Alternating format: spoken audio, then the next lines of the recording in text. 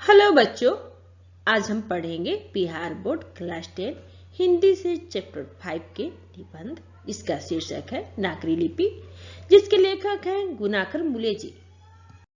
बच्चों, इस चैप्टर की शुरुआत करने से पहले हम लेखक परिचय जानेंगे। लेखक का नाम है गुनाकर मुले जी। उनका जन्म 3 जनवरी 1935 ईस्वी महाराष्ट्र के अमरावती जिला में हुई थी। उनकी मृत्यु 16 अक्टूबर 2009 ईस्वी में हुई। इन्होंने अपनी शिक्षा दीक्षा ग्रामीण परिवेश और मराठी भाषा में पाई।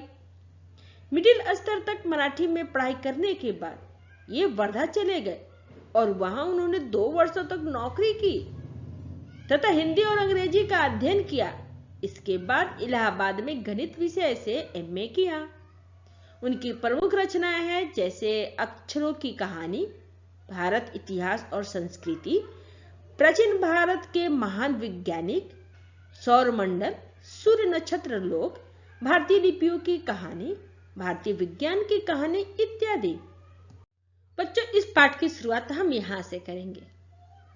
प्रस्तुत पाठ गुनाकर मुले की पुस्तक भारतीय लिपियों की कहानी से लिया गया है। इसमें हिंदी की लिपि नागरी या देवनागरी की ऐतिहासिक रूपरेखा के बारे में बताया गया है। इसमें लेखक ने देवनागरी लिपि की उत्पत्ति, विकास एवं व्यवहार पर अपना विचार व्यक्त किया है। लेखक का कहना है कि जिस लिपि में यह पुस्तक छपी है उसे नागरी या देवनागरी लिपि कहते हैं। इस लिपि का टाइप लगभग 250 वर्ष पहले बनी। इसके विकास से अक्षरों में स्थिरता आ गई। हिंदी तथा इसकी विविध बोलियां संस्कृत एवं नेपाली इत्यादि इसी लिपि में लिखी जाती है। देवनागरी के संबंध में एक महत्वपूर्ण तथ्य यह है कि विश्व में संस्कृत एवं प्राकृत की पुस्तकें प्रायः इसी लिपि में छपती हैं। देश में बोली जाने वाली विभिन्न भाषाएं तथा बोलियां भी इसी लिपि में लिखी जाती हैं। तमिल, मलयालम, तेलुगु एवं कन्नड़ की लिपियां भी भिन्नता दिखाई पड़ती है, लेकिन ये लिपियां भी नागरी की तरह ही प्राचीन ब्राह्मी लिपि से विकसित हुई है। बच्चों, लेखक का कहना है कि नागरी लिपि के आरंभिक लेख में हमें दक्षिण भारत से ही मिले हैं। यह लिपि नंदी नागरी लिपि कहलाती थी। दक्षिण भारत में तमिल, मलयालम और तेलुगु कन्नड़ लिपियों का स्वतंत्र विकास हो रहा है।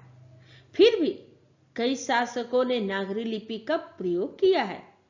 जैसे 11वीं सदी में राजराज और राजेंद्र जैसे प्रतापी चोल राजाओं के सिक्कों पर नागरी अक्षर अंकित है, तो 12वीं सदी में केरल के शासकों के सिक्कों पर वीर केरल्स है। इसी प्रकार 9वीं सदी के वर्गुन का पलियम ताम्र पत्र नागरी लिपि में है, तो 11वीं सदी में इस्लामी शासन की नींव डालने वाले महमूद गजनवी के चांदी के सिक्कों पर भी नागरी लिपि के शब्द मिलते हैं। गजनवी के बाद मोहम्मद गौरी, अलाउद्दीन खिलजी, शेरशाह इत्यादि शासकों ने भी सिक्कों पर नागरी शब्द खुदवाए। अकबर के सिक्कों पर तो नागरी लिपि में रामसिंह शब्द अंकित है।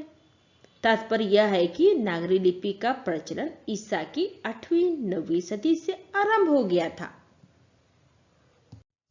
लेखक ने लिपि के पहचान में कहा है कि ब्राह्मी तथा सिंधम लिपि अक्षर तिकोण है, जबकि नागरी लिपि के अक्षर के सिरों पर लकीर की लंबाई और चौड़ाई एक समान है। प्राचीन नागरी लिपि के अक्षर आधुनिक नागरी लिपि से मिलते जुलते हैं।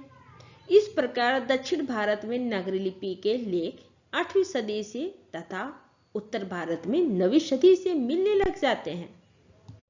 बच्चों, अब प्रश्न यह उठता है कि इस नई लिपि को नागरी, देवनागरी तथा नंदी नागरी क्यों कहते हैं?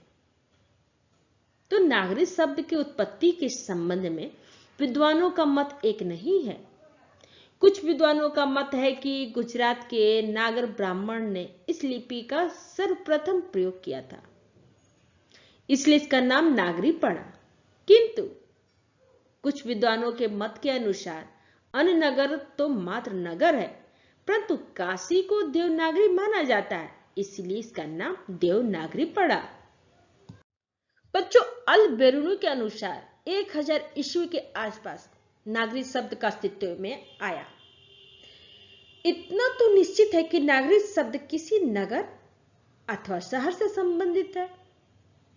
दूसरी बात यह है कि उत्तर भारत की स्थापत्य कला की विशेष शैली को नागर शैली कहा जाता था।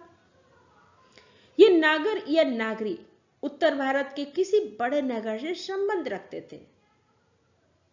उस समय उत्तर भारत में प्राचीन पटना सबसे बड़ा नगर था। साथ ही गुप्त शासक चंद्रगुप्त यानी चंद्रगुप्त द्वितीय विक्रमादित्य का व्यक्तिगत नाम देव था। तो संभव है कि गुप्तों की राजधानी पटना को देवनगर कहा गया हो और देवनगर की लिपि होने के कारण देवनागरी नाम दिया गया हो। बच्चों, अंतर लेखक इस निष्कर्ष पर पहुंचते हैं कि ईसा के 8वीं से 11वीं सदी तक यह लिपि सर्वदेशिक हो गई थी, इसलिए इसके नामकरण के विषय में कुछ कहना संभव नहीं लगता है। राजा मिहिर भोज की ग्वालियर प्रशासित लेख नागरी लिपि में ही है। धारा नगरी की परमार शासक भोज अपने विद्यानुराग के लिए इतिहास प्रसिद्ध है।